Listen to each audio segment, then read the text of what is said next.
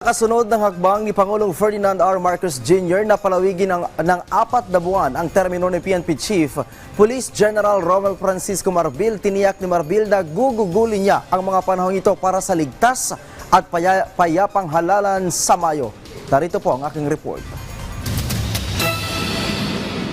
Nagpapasalamat po ang ating Chief PNP sa patuloy po na tiwala at kumpiyansa po ng ating Pangulo sa kanyang liderato. Gugugulin ni PNP Chief Police General Romel Francisco Marbil ang kanyang 4 na buwang extension para sa paglalatag ng maayos na seguridad para sa ligtas at payapang halalan sa buwan ng Mayo. Ito ang sinabi ni Marbil matapos i-extend ni Pangulong Ferdinand R. Marcos Jr. ang kanyang termino bilang hepe ng pambansang pulisya. Ayon kay Police Regional Office 3 at PNP spokesperson, Police Brigadier General Jean Fajardo, tuloy-tuloy ang ginagawang paghahanda ng pulisya para sa maayos na seguridad na ipatutupad sa halalan. Tuloy-tuloy din daw ang kampanya ng PNP laban sa loose firearms, private armed groups at criminal gangs upang hindi magamit ng mga tiwaling politiko.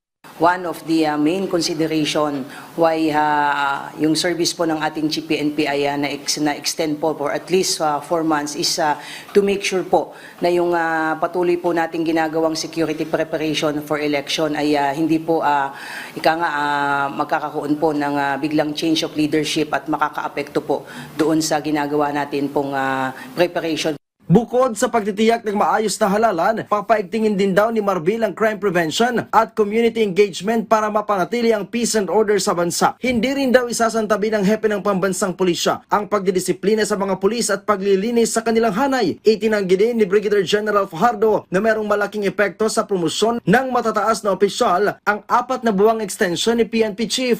Katunayan ay suportado pa daw ng mga tauhan at opisyal ng pambansang pulisya ang pagpapalawig ng termino ni Marbil. May mga nakalatag po tayong mga programa, lalong-lalo na po dito sa mga organizational structure po na gustong ipatupad po ng ating Chief PNP. So, bagamat yan ay 4 na buwan, yung mga programa naman pong inilatag po niya ay inaasahan po natin na ito po ay magtutuloy-tuloy. Kasama na yan, of course, yung ating patuloy na pagpapalakas ng ating mga internal disciplinary mechanism to make sure na yun lamang pong mga karapat-dapat sa hanay po ng kapulisan ang mananatiling miyembro po ng Philippine National Police.